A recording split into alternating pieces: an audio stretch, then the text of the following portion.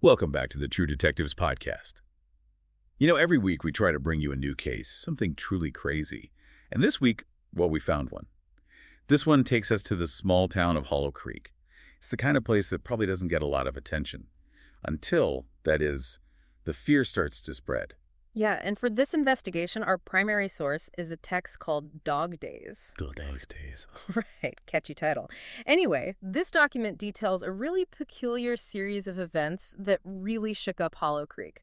What we're going to do today is try to figure out, or at least try to understand, what was behind the supposed werewolf attacks that had the whole town on edge. Werewolf attacks? I mean, come on. Yeah. In this day and age. That's what everyone thought at the time. You got to remember, this was a small town, and well, sometimes imaginations can run a bit wild. Well, speaking of imaginations, let's talk about Detective Miller. I mean, you couldn't have scripted this better. Here's a guy, a detective no less, absolutely terrified of dogs. Like, cross the street at the first sight of a poodle kind of fear. Oh yeah, it was a known thing. And of course, who gets assigned the case when reports of a werewolf start pouring in? None other than our good friend, Detective Miller. You really can't make this stuff up. Nope. Truth is definitely stranger than fiction sometimes. But to get back to Hollow Creek, it really was a quiet place. Or at least, it was until these incidents began. So what, just like out of the blue, people start seeing werewolves? Not exactly. It began with strange sounds at night. Howls, mostly. People's belongings, things left outside, start getting messed up, like overturned trash cans or shredded clothes left hanging out to dry. Nothing too serious, but definitely weird. Right, I get it. Spooky, but not exactly concrete evidence. Exactly. But then, of course, the rumors started flying. And fear. Well, fear has a way of filling in the blanks, doesn't it? Oh, absolutely. What about actual evidence, though? Anything concrete? Well, the mayor, under a lot of pressure from the townsfolk, showed Detective Miller a drawing, a sketch, really, that someone had made of the supposed creature. It was, well, let's just say it was very detailed. Giant fangs, massive claws, and glowing red eyes. The works. Yikes. Can you imagine Detective Miller's face? Mm-hmm. Already terrified of dogs, and now he's supposed to believe he's dealing with a werewolf. I think he was more skeptical than scared, to be honest. But the more he dug into the case, the more intriguing it became. So he didn't buy the whole werewolf story then? Let's just say he started to notice some inconsistencies. For instance, these incidents, they always seem to happen on full moons. Okay, that's kind of a classic werewolf trope, right? Full moon, transformations, all that jazz. Right. But here's the thing. Despite all the talk of a monster and property damage, no one had actually been hurt. Not a single serious injury. That is strange. You'd think a real werewolf would, do a bit more than knock over a trash can or two. Exactly. And that's when Detective Miller decided to consult with someone who actually knew a thing or two about animals. Who, like a zoologist or something? Or maybe a wolf expert? Even better, he went to the town vet, Dr. Evans. She had a pretty unique perspective on the whole thing.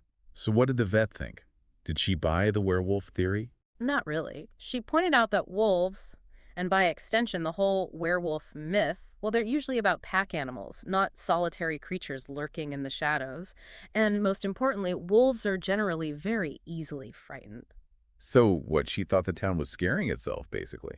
It wasn't quite that simple, but she definitely believed that fear itself was playing a major role in all of this. Her view was that fear can be a form of communication. That's interesting, like the town's fear was somehow connected to whatever was causing the trouble. Exactly. To help Detective Miller see things from this angle, she gave him a rather unusual set of tools. Let me guess. Silver bullets and a stake. Sorry, I couldn't resist. But seriously, what did she give him? She gave him a squeaky toy and a book on canine body language. Seriously, a squeaky toy and a dog behavior book. What's Detective Miller supposed to do with that? I think she was trying to nudge him towards understanding how a scared animal might behave, how those actions could be misinterpreted. Okay, I can see that. But I'm picturing Miller, the most dog-phobic detective ever, flipping through this book, probably more terrified of the pictures than the werewolf. He was skeptical at first, that's for sure. But then he started comparing the dramatic sketches of the werewolf, with those huge fangs and claws, to the descriptions in the book of a dog displaying fear. And he had a bit of a light bulb moment. What, the werewolf was really just a scared dog? Come on. The more he thought about it, the more it made sense. The exaggerated features in the sketch, the cowering posture described by some witnesses, even the shredded belongings. It was all consistent with a frightened animal, not a bloodthirsty monster. So the whole investigation kind of shifted gears then. Definitely. Detective Miller, despite his deep-seated fear of anything canine, started focusing on understanding dog behavior. His nightly patrols took on a whole new character. I imagine him walking around with the squeaky toy in hand, cautiously trying to lure out the werewolf. So did he actually find the werewolf? Or should I say the scared dog? Under a full moon, as luck would have it. But instead of a monstrous transformation, it was a large German shepherd that emerged from the shadows near the old mill.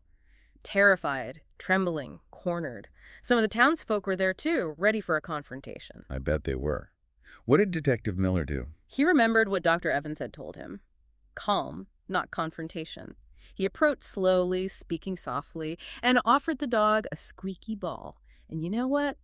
Those supposedly glowing red eyes seemed to lose their menace. No way. So the fearsome werewolf was just a lost puppy.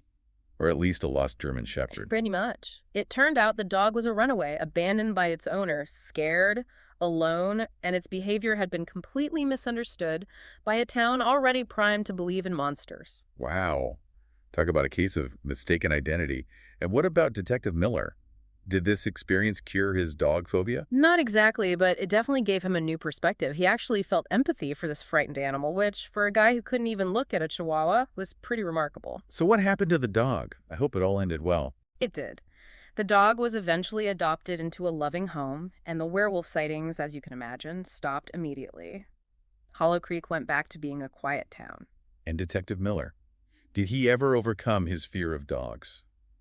Not entirely, but he did end up becoming Dr. Evans's somewhat reluctant assistant. That's amazing. So he's still not a dog person, but at least now he knows the difference between a growl and a friendly bark. Something like that. This case is incredible. It really shows how sometimes understanding fear, and not just our own fear, but the fear of others, even animals, is crucial in solving a case. Detective Miller's experience in Hollow Creek might seem funny, but it had a profound impact on him. It taught him to look beyond the obvious, beyond the fear-driven stories, and really try to understand the unknown. It really makes you think, doesn't it? How often do we create monsters out of things we don't understand simply because we're afraid? What other shadows might we be misinterpreting in our own lives just because we haven't taken the time to truly see them? Think about it.